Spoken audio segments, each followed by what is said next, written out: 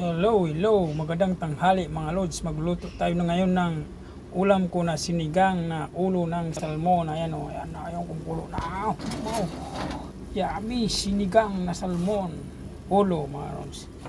Ngayon, ilagay natin yung gulay, okra, at kangkong para masustansya siya. Ayan, na pling pling pling, pling, pling, para masustansyang sustansya mga lods. So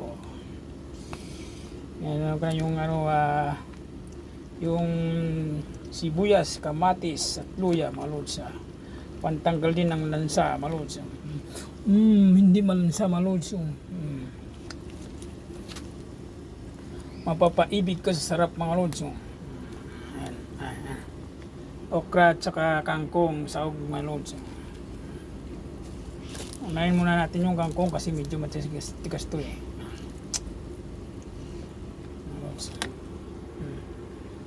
Sunod naman natin mamaya yung kangkong mga lods. Yan.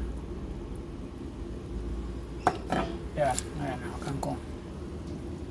Pumunod natin saglit mga lods. Unahin natin yung okra mga lods. At ang panghuli ay ilagay na natin yung kangkong. Oh mga lods. Oh wow. Wow, umaapaw sa sarap. Oh, wow, mga lods. Umaapaw siya. Kargan natin ng gulay mga lods. Umaapaw sa sarap. Yummy.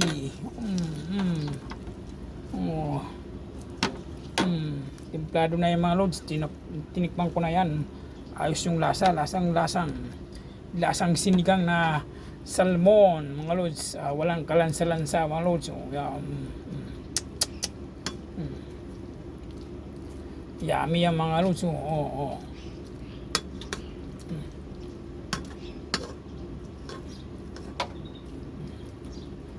Yan, gulay. Ayan. Punong-puno ng sustansya gulay mga lods. Yummy.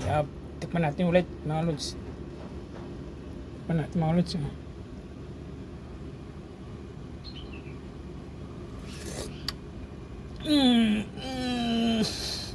Pampapugi, masarap sa sinigang na maasim sa sampalok mga lods.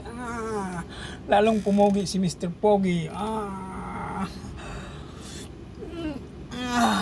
Sarap mga lods.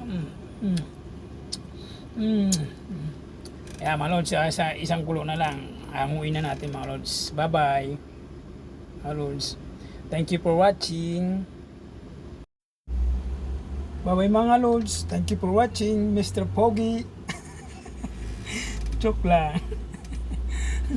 Bye bye, ingat kayo palagi, God bless.